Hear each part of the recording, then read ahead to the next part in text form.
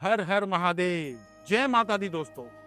मेरे प्यारे दोस्तों, अगर आपने ये जान लिया तो आप कभी अपनी जिंदगी में मात नहीं खाएंगे। आपको हमेशा सफलता मिलेगी और आपका मान सम्मान बढ़ेगा।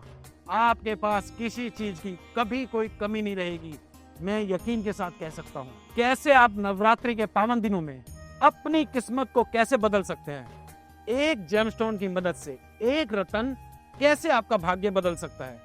कई लोगों का यह सवाल होता है और इस सवाल का जवाब आज आपको इस वीडियो में मिलेगा।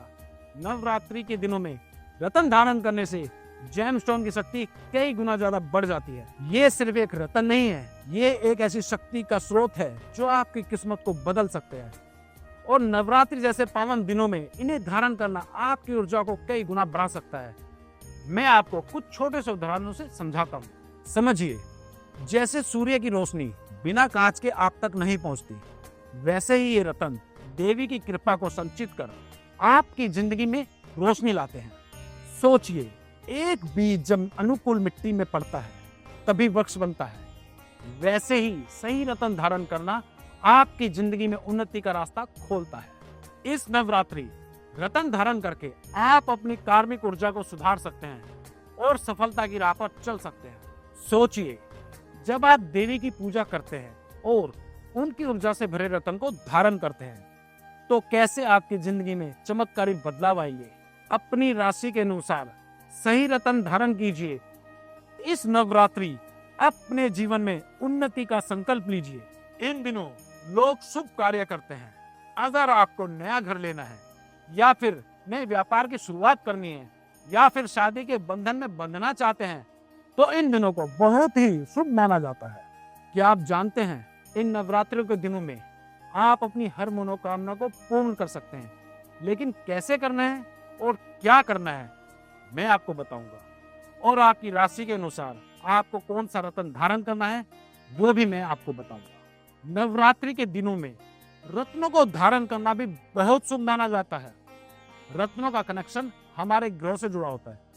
खासकर अगर आप अपनी कुंडली के अनुसार या किसी विशेष उद्देश्य से रत्न धारण करना चाहते हैं तो इन पवित्र दिनों में आप रत्न धारण कर सकते हैं। जैसे नवरात्रि का पहला दिन माँ शैलपुत्री का होता है। माता शैलपुत्री को शक्ति और नई शुरुआत की देवी माना जाता है। मेष राशि के लिए इस दिन मूंगा धारण करना बहुत ही शुभ माना जाता है। नवरात्रि का दूसरा दिन माँ ब्रह्मचारिणी देवी का है, जिन्हें धैर्य और ज्ञान की देवी कहा जाता है।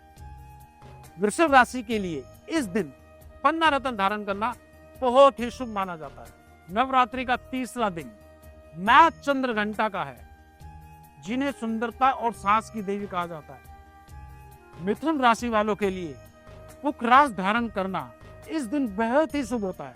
इसी तरह से हर राशि का अपना एक रत्न है, लेकिन हर कोई नहीं जानता कौन सा रत्न किसके लिए बना है और इसे कब और कैसे धारण करना है।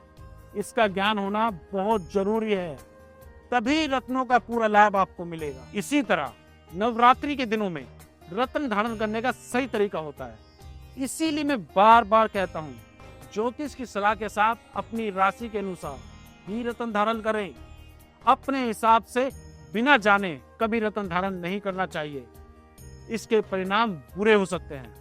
हर रत्न का माँ के 9 दिनों से महत्व जुड़ा हुआ है और अगर आपने ये समझ लिया तो आपके जीवन के हर कष्ट दूर हो जाएंगे। क्या आप तैयार हैं अपनी तकदीर लिखने के लिए? कमेंट करें अपनी राशि। मैं आपको बताऊंगा कि कौन सा रत्न आपके लिए शुभ है। और अधिक जानकारी जानने के लिए आप हमसे बात भी कर सकते हैं। घर बैठे हम आपको पूरी सलाह के साथ बताएंगे कैसे आप अपनी राशि और कुंडली के हिसाब से नवरात्रि के पावन दिनों में रत्न धारण करके अपनी किस्मत को बदल सकते हैं। याद रखें, ये रत्न सिर्फ एक पत्थर नहीं, ये तुम्हारी किस्मत की चाबी है। अपने भाग्य को जगाने का अवसर मत गवाओ। सही रत्न अपनाओ और अपनी जिंदगी बदलो।